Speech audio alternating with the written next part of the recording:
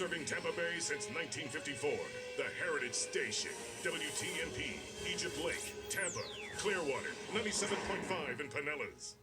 You have us here. Get your seatbelts on. Buckle up. We got a lot of great stuff for you today. Got some guests here. We're going to have fun, a lot of good information for you, and you will be challenged one way or another for your good. You ready? Hello, everybody.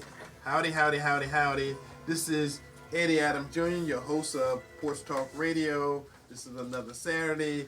You know, the herd has arrived, even though we have a guest who's not a member of the herd, but he's a good friend of the herd. So Absolutely. So that make him acceptable for us to be here. And for all the shows that was on this morning, you know, I think today was a good day. I didn't hear any bullet shots or anything. No shade. You know, a couple of some shade was shown to some people. All right. You know, but you know, all in all, it was a good day. They had a bunch of candidates on, and you know, we have a good guest, a friend of mine here in the studio today, who's been a person who I challenged several years ago, and I said, you know, actually back then I didn't think it was a reason for me to like him. You know, but he changed that. So once we get this show open, I'm gonna introduce my good friend to all you listeners, and we can greet him and give him a face, a good old fashioned Porch Talk Radio welcome to the show. So let me go ahead and get the show started. You know, all those who want to call and be on the show. So you know how this works. If you call the show during the show, we're gonna put you on the show. If you want to talk to me after the show, we call me after the show. So for those who want to be on the show, Porch Talk Radio, WTMP, call-in number is 813-251-9867. 813-251-9867. So those who want to call me after the show, sometime during the week to talk about anything, you know, time, day, week, you know, color, you know, whatever you want to talk about. My cell phone, Eddie Adams Jr. cell phone number is 813-12. Text me if you want to text. Just want to leave a message, or if you want to go to the website, Eddie EDDIE at PorchTalkRadio.com. All right, and I know they're still in the car. You know, those Qs that just left the studio. You know, they were talking about there was no Kappas, and the Kappas need to get a show. I got to remind everybody, you know, on the air, WTMP, 4 years next month, Porch Talk Radio, Eddie Adams Jr., Alpha, intellectual light of the world. Just had to throw that in, you know. Number one rated show still, you know. Number one rated show. Again. So anyway, now that all that stuff is done, Tampa Bay, I got a story to tell you. Several years ago, a good friend of mine and a good friend of the show was a candidate. And that candidate, you know, was Todd Jones, and he was running for property appraiser. And we had him on the show. He became a supporter of the show and a good friend of all the gang here, and was there for a number of years. And during that process, I met a young man, and I kind of challenged the young man after the election was over, because you know a lot of candidates make a lot of promises. You know, they have absolutely no intention of keeping those promises when they're making them. They just want to get elected. You know, that is not the case for my guest who's here today. You know, I challenged him back then, and you know, and every time I see him, every time I get a chance to talk with him, you know, I always bring up a couple of issues or stuff he said he was gonna do. You know, just to making sure they got done, and to this date, so far, he's been one of the very few candidates that pretty much everything that he promised he was going to do, he did. And a lot of you guys know, I traditionally don't have a lot of Democrats on the show. It's the nature of the show is, you know, we're conservative. We just keep praying for the rest. Yeah, we're we're Republicans. We do that, and we hold that mantra up high. But just to let you guys know that, you know, what I say is what's good for the community is what we hold first. You know, Democrat, Republican, all that stuff, you know, comes second fiddle to someone that's doing good work and representing and making sure the community moves forward. That person is a good friend of mine, and he's with us today. A lot of folks call him Coach. I call him Bob Henrique, the Property Appraiser for Hillsborough County. Welcome to Porch Talk Radio. Well, Eddie, it's an honor to be here, and I love hearing that story. But to me, it's not so much a story as what I hold dear in my life. And you know, I was raised a certain way, a fifth generation Tampa native. That you know, your word is your bond, Yes. and it was really never about politics. And to be honest with you, Todd has become a good friend of mine. Mm-hmm. You know, we ran against each other. He certainly had some ideas for the office.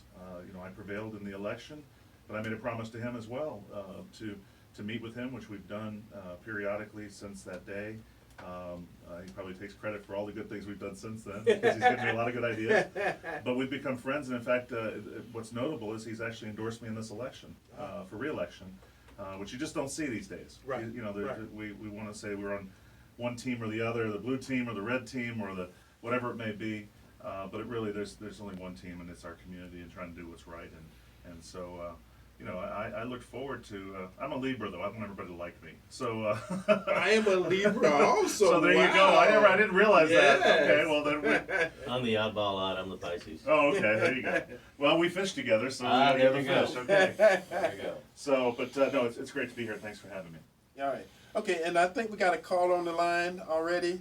Okay, we got a call on the line. Welcome to Porch Talk Radio. We're going to get, you know, Bob's story, and he's going to talk about some of the stuff he's done down at the Property Appraiser's office. But Pete Edwards, who's one of the stars from TMP, has an event that's happening today. So, Pete, you want to tell us about it? Yeah, Eddie, we're out here in front of Middleton High School. Thank you, Pete. Thank you for that. God bless. All right. Take care, Pete. All right, so Coach, let's get into it, because you know you can give a little history, you know. But one thing, you know, folks are always concerned about, especially in the black community, and you know we're not politically correct, so so part of the whole process is, you know, is I say black folks and I say white folks, and I don't do it apologetically, because I want folks to know what we're talking about. Because sometimes people get caught up in semantics and political correctness, and it just don't happen here. So They're not the same, you saying, Eddie? no, it ain't the same. That doesn't you know. agree with the current president, vice president. You know that. And folks in the black community, sometimes people tell us stuff, get elected, and you don't hear from them, don't see them again, don't know what they did until 4 years later. Then all of a sudden they back at the church, you know, hugging and kissing babies and all that kind of stuff. But this is not what happened with Bob. Bob, let's go. Well, I appreciate that, and Eddie, I think the thing that's important for your listeners to know is that, and I say this, and I mean it with all sincerity, as a fifth generation Tampa native, I was blessed to be born and raised here. First of my family to go to college, I graduated from Princeton University. I don't say that to brag, but I was blessed awesome. to go away and to a great school like that. But I always wanted to go away to school to experience something different, but I always wanted to come back to this community and give something back. And it's not just about politics. I coached high school football for many years and still dabble in it, get out there when I can. And so working with kids, mentoring, volunteering, being part of the community, you know, there's a difference between being vested and being invested in the community. And so I really take a lot of pride during the off year of election, when I'm out and about in the community and people will say it to me, "Why you're not on the ballot?" You know, like every other year when we have the office, but you're not on the ballot this time. Why are you here? Because it's about being involved, and I love being in the community. I love people. So it's really not just about being elected. Certainly it helps. I'm not going to say that it doesn't help to be out there. But really, it's also, that's part of what our job is as constitutional officers, is to provide the best customer service and be out there. And I look at my office and I look at myself. We have a term in our office called customer-centric, a customer service-centric office. So we're all customer service, and part of that is being out in the community. I encourage all of the folks in my office to be involved in a club or in their neighborhood association or whatever association, be able to answer questions and be accessible, so that folks have access into our office as well. So, you know, it wasn't difficult for me to live up to my promise. I look forward to the opportunity to get to know you better, and address some of the concerns that you may or may not have had. And I also respected the fact that you had a good friend that you supported last time. You know, it's not, this doesn't have to be personal. It really shouldn't be.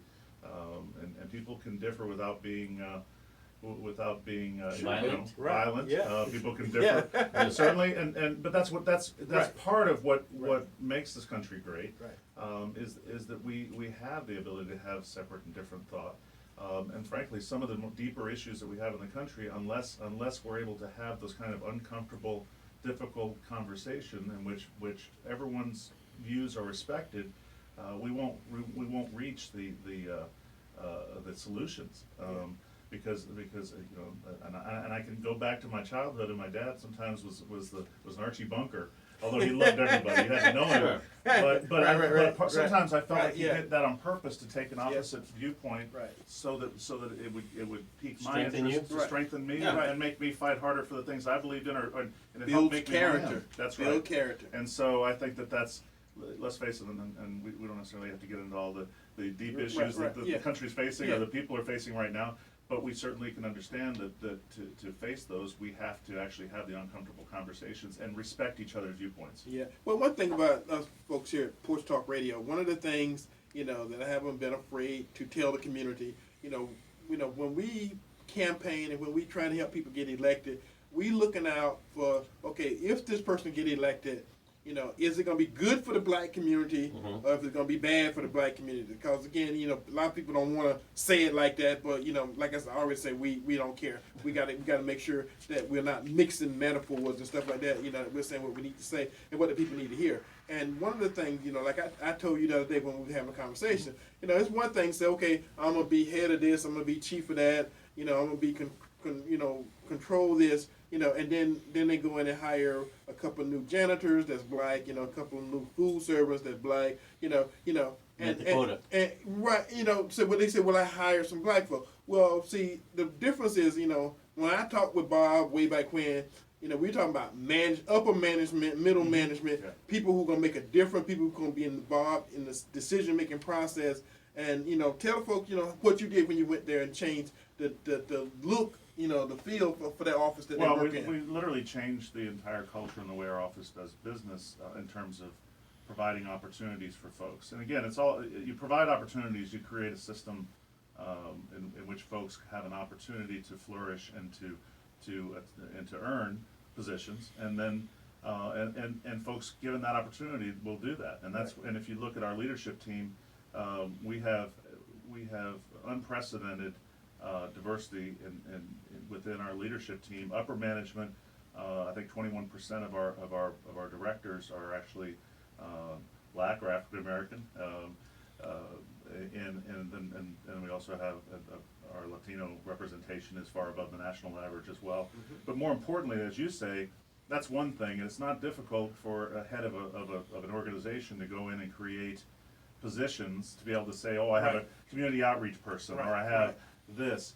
It's another thing to look, and if you look at the percentage of promotions and folks that have moved from those entry-level type positions into middle management and upper level management positions, it's remarkable. And I could throw out a bunch of statistics, but as you know, I have another saying my father used to say is that numbers don't lie, but liars can make numbers. So I'm not going to sit here and tell you this percentage, that percentage. Right. I will tell you one that's very important is that the average income of an African American employee in the property appraiser's office is over $60,000, which is far above. I need to work on my tan. which is far above the national average, certainly. But it really, and I think again, and I was challenged. Now we were doing those things.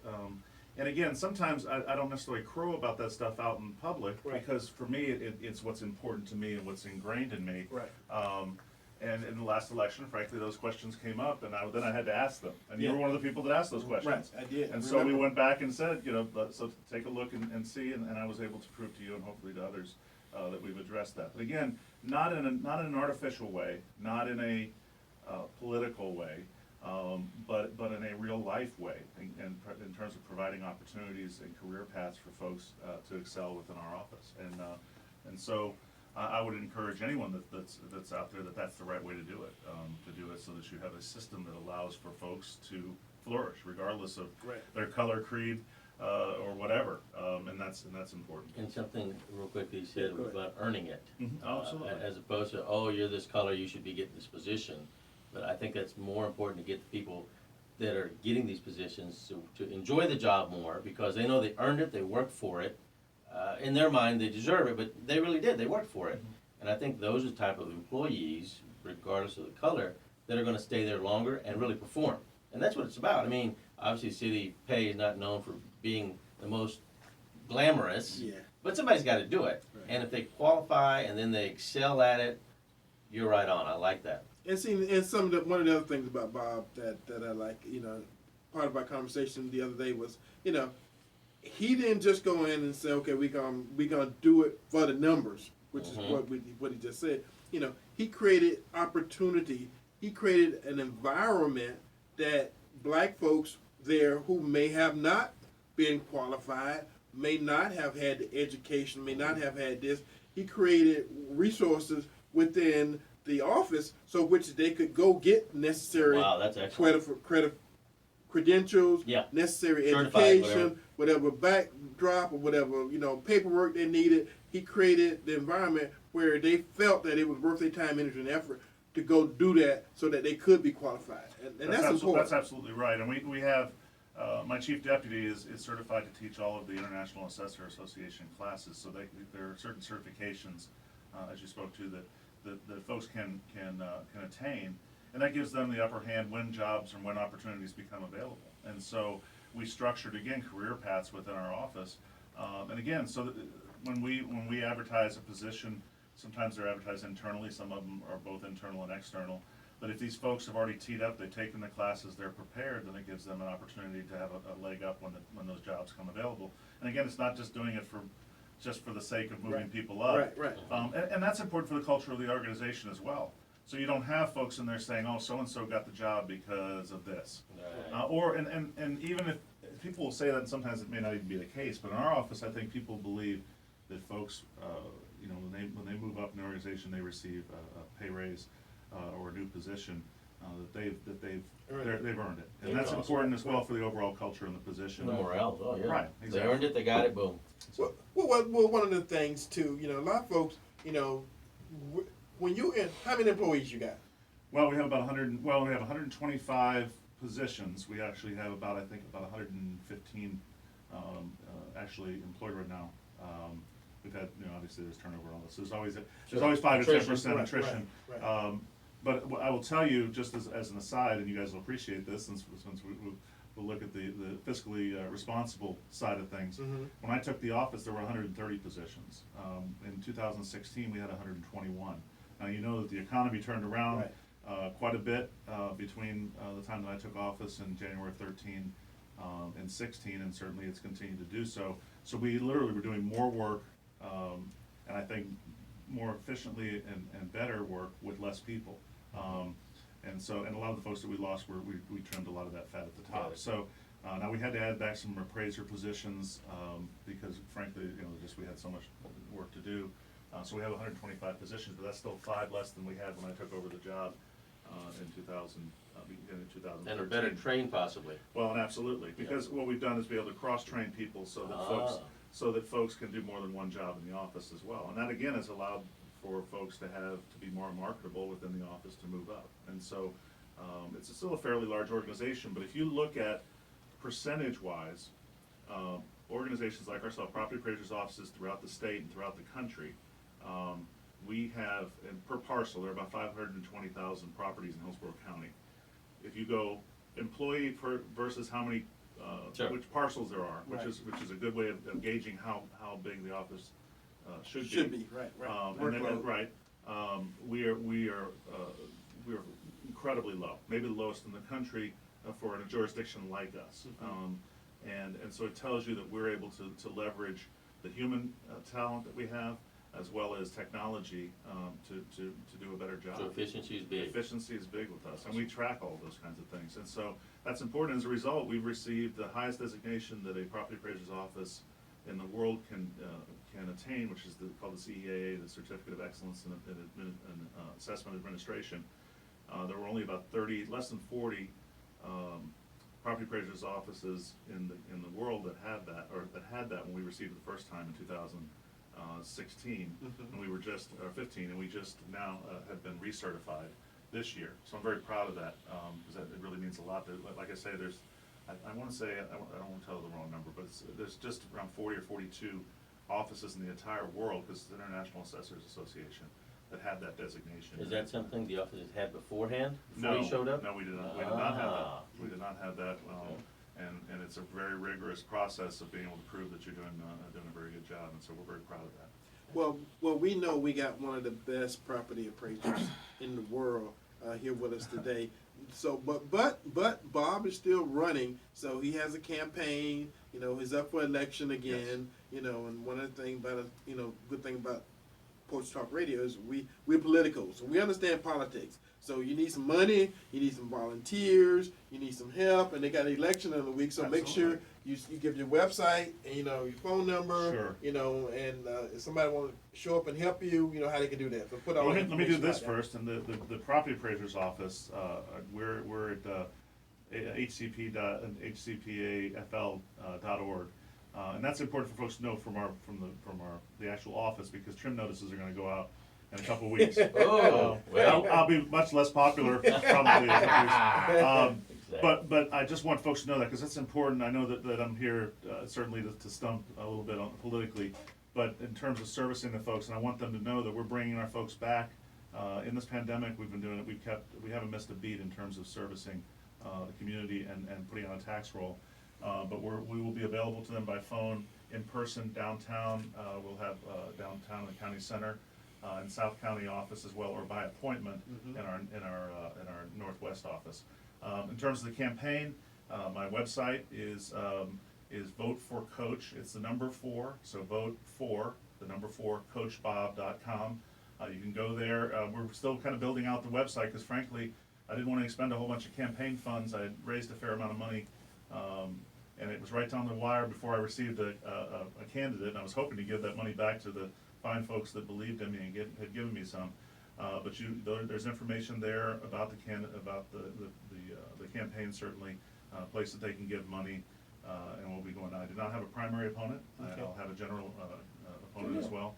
And we've got some ideas of how we're going to, it's a very different campaign, as you know. Yeah, it is. And so our mailboxes will be filled up, but they already are filled up for the primary. Right. But I'm going to try to come up with some creative and new ideas of ways that we can reach out in the community. I don't want to give it away here, because it might get stolen. But just keep an eye out. You might see a roving caravan of Coach Bob supporters out there in the community, and maybe going some old school ways of doing that. The old days in West Tampa, I served 4 terms in the state legislature, as you know, in West Tampa. And it used to be, they used to have spaghetti dinners and all that kind of stuff. Yeah. Remember the old school? We may take that on the road a little bit and go visit folks throughout the county. It's a big county, but we need to go see the folks personally. Fish fries. Well, that's absolutely, absolutely, yeah. So, and we'll make sure you're invited to come absolutely. on out. There we go. Now we're talking. I like them already. And one of the things, guys, I got to tell you, people who actually know me, I'm not a hard ass, but there's some issues and some things and some people that it's not just talk. You got to do something. You got to, like I say, if I challenge you and then, if you win, you don't automatically become my enemy, because, Bob, beat my guy. Mm-hmm. I got to tell you, he beat my guy in a fair election, and I had Todd, Todd was on the show, several times. Bob wasn't on the show back then, but like I say, he was running against my guy, so I wasn't trying to help him win. But that has changed, And before the show's over, I'm gonna give you guys my candidates for this cycle. I give them to you this week, and I give them to you next week. Bob is one of my guys, and like I say, it has nothing to do with politics. It has something to do with the work he's doing in the position he's in. And I think, for as the black community is concerned, Bob Henriquez is probably the best thing that could have happened to the community. Oh, I appreciate it. That means an awful lot. And that's a big deal. That's a big deal. So you got candidates, that are spend too much time trying to not be politically correct, or trying to be politically correct and trying to show a false face. Bob is the same guy all the time, and because I know if it's something for the community that needs to be done, he's gonna make sure it gets done. So and he supports the community. He don't just show up during elections, which I've been saying. As a community, we've been pimped. You know, they will pimp Oh, us, you know, and they don't care about it. You know, they have no shame. You know, they show up. But Bob is here. Bob shows up. Bob does what he does all the time, 365 days a year, election year or not. Well, I appreciate that. And, you know, I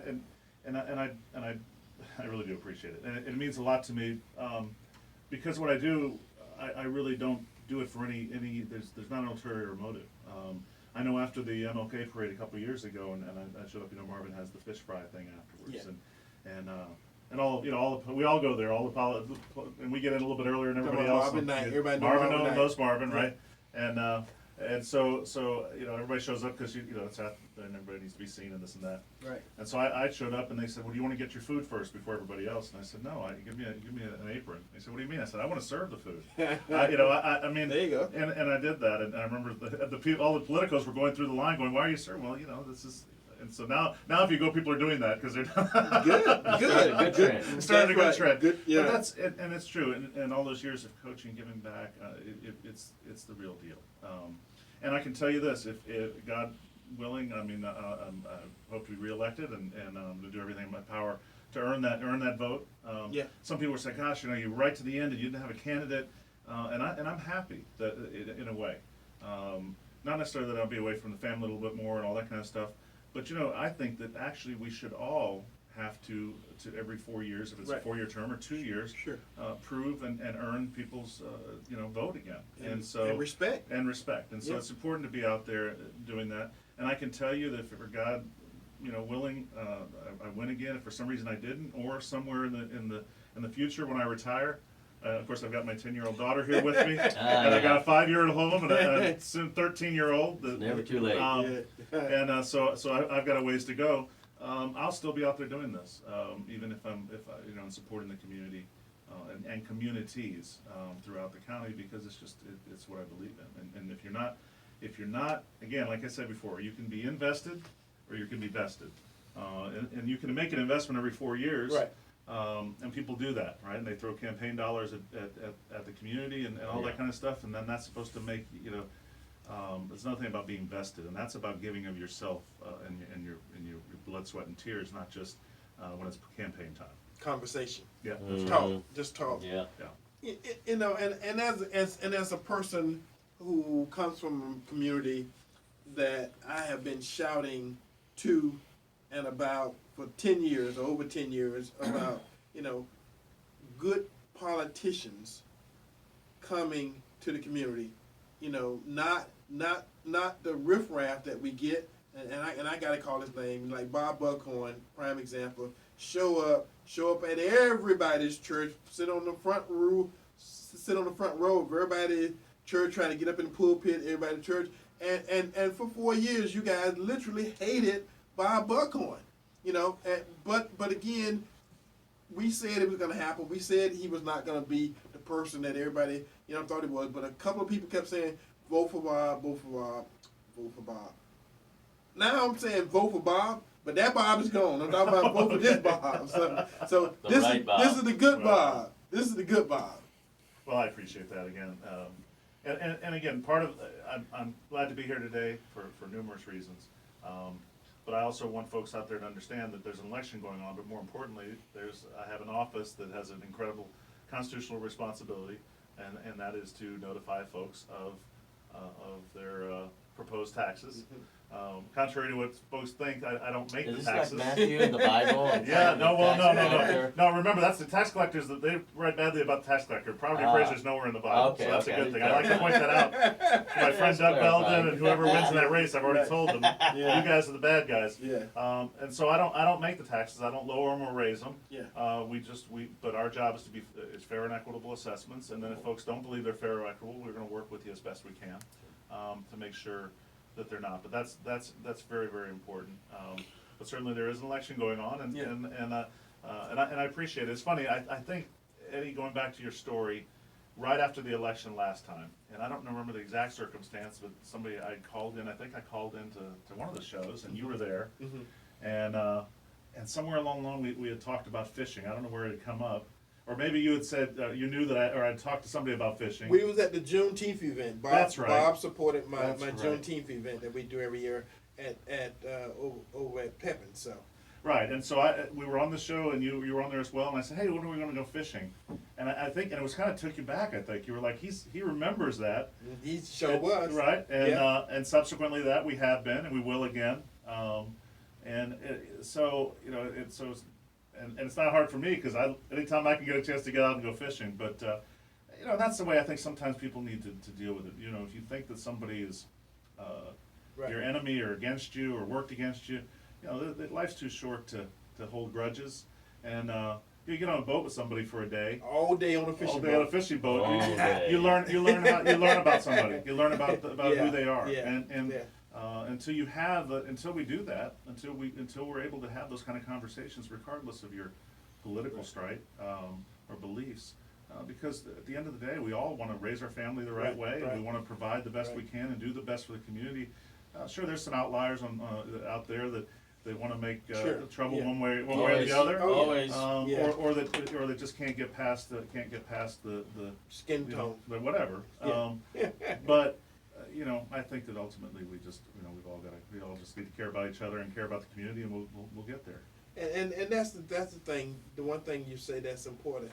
You know, I think everybody in this studio, you know, cares about the community, and that's what's important. Is, you know, all day Saturday, it's a lot of shows that come on before we come on. But when we come on, we try to do something different. We're not trying to say we better than all the other shows. Number 1 rated. You know, but what we do is take the community and look at it in a different light. It's not always what's good, what's bad, what's different. It's about how do we take this, you know, make it something that people who listening to this show is going to benefit from. People can take the ideas, go to the community, and move it forward. Pick it up if you have to. Carry the water, as some of the black, you know, the magic black women, you know, say. You know, we need people who are going to carry the water for the community. And I got to say, you know, this young man sitting with me here today, you know, has carried the water for the community. He don't look like us, but you know, everybody carry your water don't have to look like you.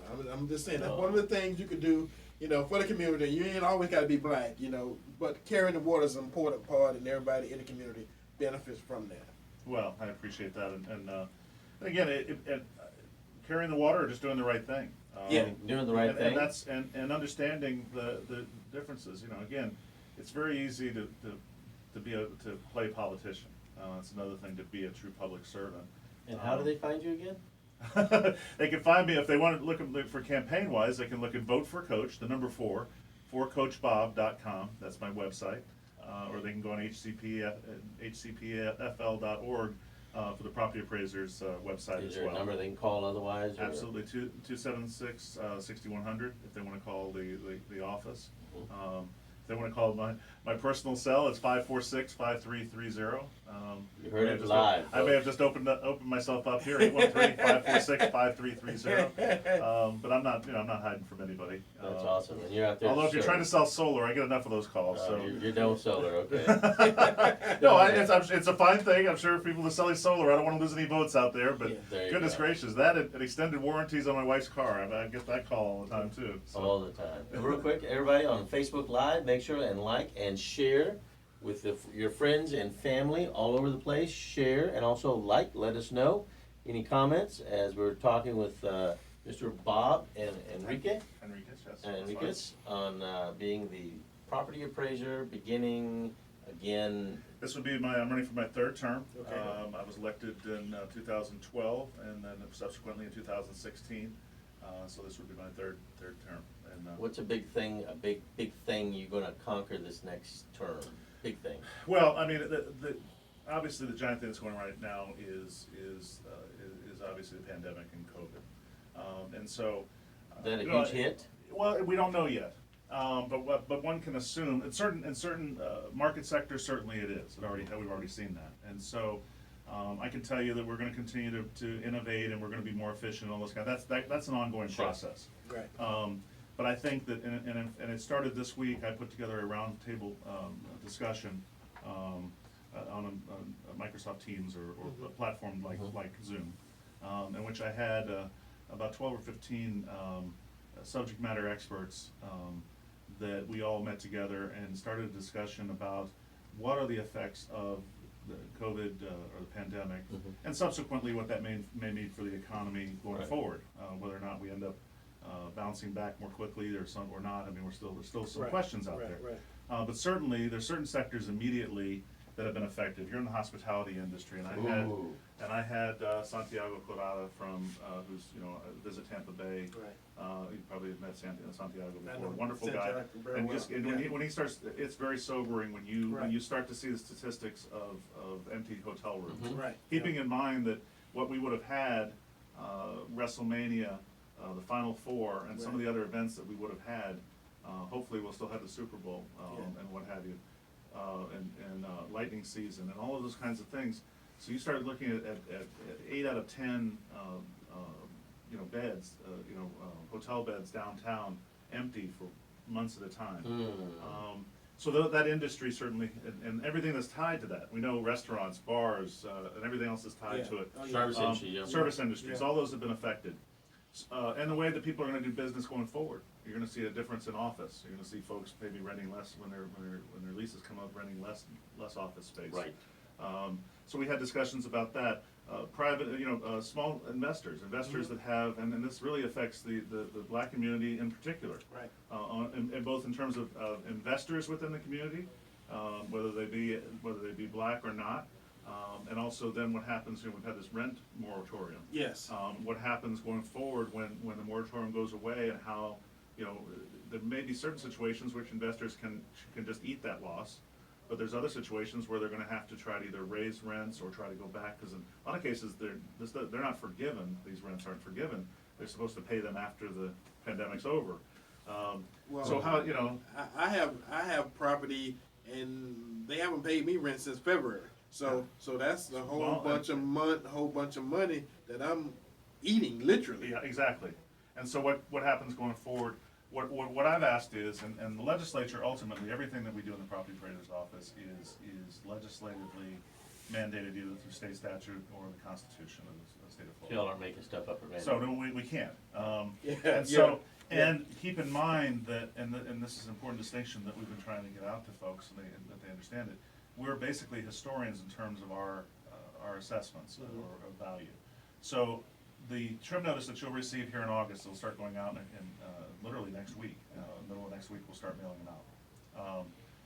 It is based on the value of your property as of January 1st of 2020. Okay. So at that point, we either didn't know that the pandemic was going on, or we thought it was coming, or there were lots of different predictions, but we didn't. Obviously, the value, it hadn't hit the market yet. And some markets haven't been affected yet. We've seen the residential market continue to be strong and other things. But because of that, we were very limited.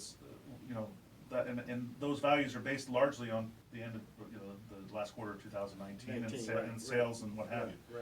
So the legislature, what I proposed to them, and I've talked to Senator Roussan and others within the legislature, and I wish that they had gone into special session earlier to try to deal with it. But going back to politics, it's an election year. They can't raise money when they're in session, and they can't campaign when they're in session, so they weren't going to do it. So they're probably going to go into special session on the budget and on some of these issues immediately in November. Now there'll be a bunch of new members, obviously, when they have their organizational session. So for me, as the legislative chair for our the Property Appraisers Association, my proposal was, let's have some things in front of them to start to consider at that point, so they can try to bring some relief. And think of it this way: they've done this in the past, and we do this if a particular part of the state is affected by a natural disaster. If you have a Category 4 or 5 hurricane hit the Panhandle, like happened a couple of years ago, legislature goes in and gives the property appraisers some ability, and the tax collectors some ability, either to waive, to let folks pay over time, pay late without penalty, perhaps moving the assessment date back to after the storm, after the effect of the storm, different things like that. And those work with the people. To work with the people. And so that's what I'm hopeful that they'll do. And in fact, we'll be putting that out on our website, that actual meeting, and we have a follow-up meeting with those folks. But I was actually humbled by the group that we had on that call, including Todd Jones, who's a subject matter expert in appraisal, particularly in commercial appraisal as well. And so those are the kinds of things, thinking outside the box, to be able to help people proactively. because we're going to get those calls. We're going to Yeah. have folks Oh, that are yeah. going to say, Oh, yeah. we're going to have folks that say, well, I just got my proposed taxes. Now again, this is not your tax bill. Right. And frankly, a lot of people don't read their trim notice because at the top of it, it says this is not a bill. But come November, Right. the tax bills are going to go out, Yeah. and we'll get the calls again. Folks that are saying, well, what about the effect of of this or that? COVID-19, right. And so I'm hopeful that we'll have some ideas for the legislature to give us some tools to help folks. Yeah, because, and I know a lot of people saying, well, this don't affect me because I don't own property.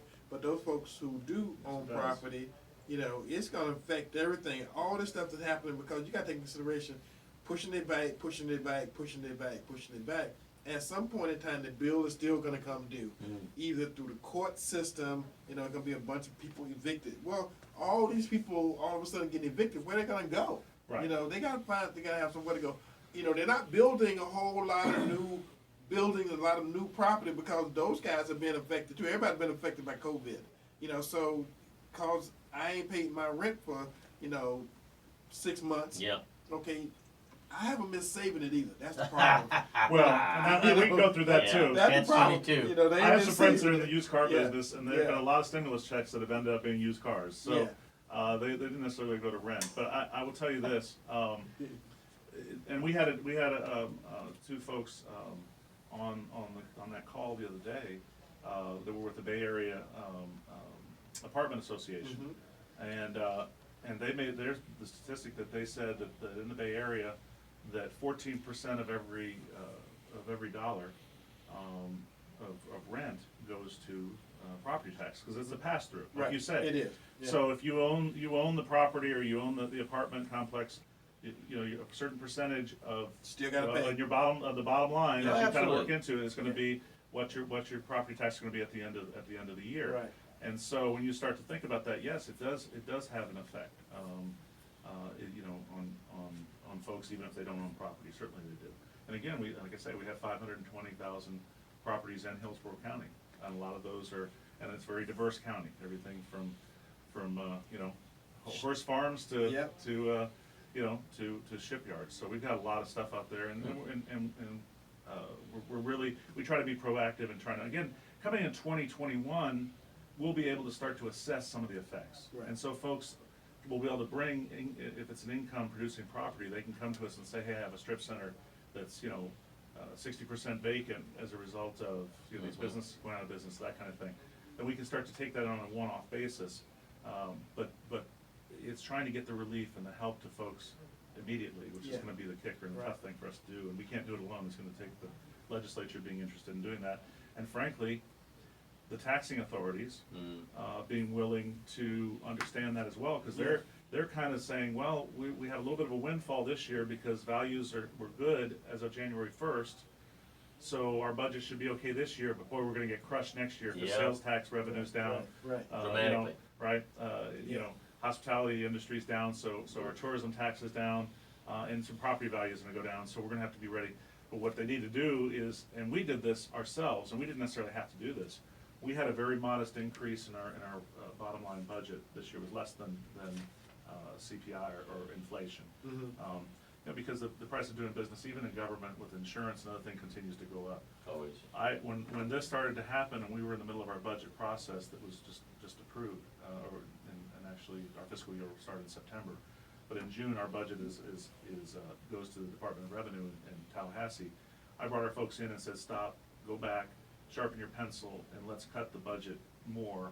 Take out a little bit of that extra we had. There's got to be somewhere we can find it, and come in with a flat budget in anticipation of next year, because it's going to be easier next year when we would anticipate Right. more difficult budget times if we start to streamline now. See, a lot of times, government's not like that. No. We'll spend it while we have it, and then we'll Right. think about next year. Absolutely. Okay, we got a caller. I'm sorry. There you go. We got a caller. So let's see if we get a caller in. Then we got to do on this day, and Gabriel gets his 2 minutes to rant, and then whatever. I think I just ran it. Yeah. I'm not sure. Whatever, we will let Coach get his final There you say. go. All right. So anyway, caller, welcome to Porch Talk Radio this Saturday afternoon. Who are you? Where you calling from? And what say you? Hello. What say you, Mr. Eddie Adams? This is Councilman Gudes. Hey, how's it going, Councilman? I hadn't heard from you a while, but I want to call in to make sure that your listeners know about the East Tampa tree grant we have for our CLA in East Tampa. I want to make sure people take advantage of the grant that we have so people can get their trees cut. We got storms coming, and I know we need to clean up the area, and I need to get people getting these trees done and cut in their yards. And also those who might have a code violation with trees also need to be applying to get their trees cut. So I just want to make sure we made a reference to that on your show today. Thank you, Orlando, and hopefully you're feeling well. You know, because I heard you was down in the weather there a little bit, but God bless you and keep up the good work you've been doing. Absolutely, and I thank you, Mr. Allen, for what you do. Your show it has a lot of good meaning for the citizens on both sides of the spectrum, and you tell us the way it is. And I thank you for that. Orlando, it's Bob. It's good to hear your voice. I'm glad you're feeling better. Thanks, Coach. All We're right. going to get a little football going, but we're going to have to wait a little bit, you know? Oh man, you ain't kidding. We're all jonesing for it, but I look forward to seeing you soon, and we'll stay distant and with a mask on. Although you must have the antibodies, so you're good to go. Well, we'll get tested for the antibodies sometime this week, but, All you know, right. again, people don't think this virus is serious, but I want to tell you, I know friends when I was hospitalized that died while I was there and after I left. So it is a serious virus. I've got some other complications from the virus that we're dealing with, but God is good. I'm still here to help this community and help move things along. So, Well, Orlando, you know my wife. You know Carrie had it as well. My wife, he knows Carrie very well. Oh no. Yeah, luckily she was symptomatic, but not enough to have to go to the hospital. But fortunately, my 76-year-old mother-in-law lives with us. She tested negative. I tested negative, and my children are probably too mean to get it. So, but we're coming through it. But I certainly understand it can be scary. So. Well, the virus affects everybody differently, and again, I'm not an advocate of kids going to school right now because when I look at some of the young kids and some of our teachers getting this virus, taking it back home to especially African American community, I think it's going to be a big detriment with lives if kids go back to school and bring that home to grandma and great aunts who are keeping most of our young people in our African American communities.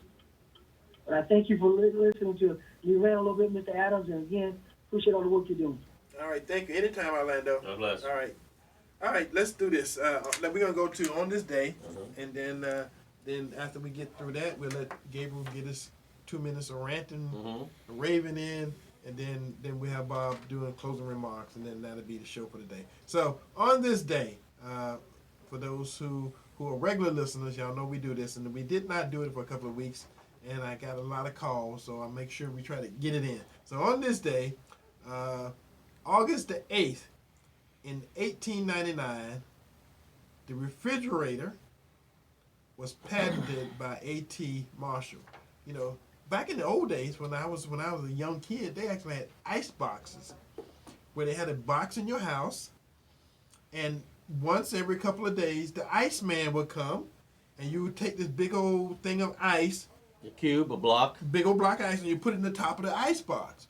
And literally, you know, it melted for a couple of days, and it kept your food cold and all that kind of stuff. You take out the pan, you know, empty the water, you know, but there was a whole industry. And when this guy invented the refrigerator, that whole industry went away. All the people lost their job. Poof. Yeah, just like that.